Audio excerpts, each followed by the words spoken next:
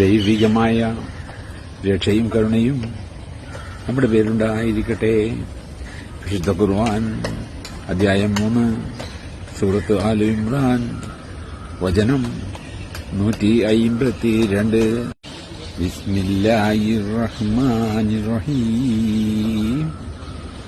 വലഖദ് സദഖകുമുല്ലാഹു വഹദഹു ഇദ് തഹസ്സൂനഹും ബിഇദ്നിഹി.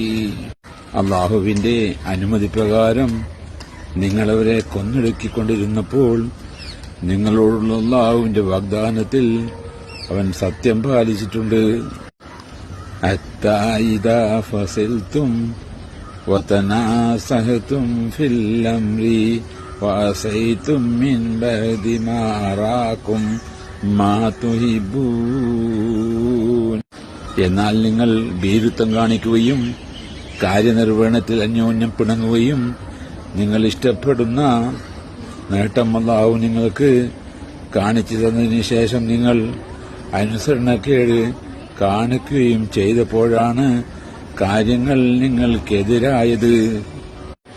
മിൻകും മൻ യുരീദു ദുനിയാ വമിൻകും മൻ യുരീദുൽ ആഖിറ.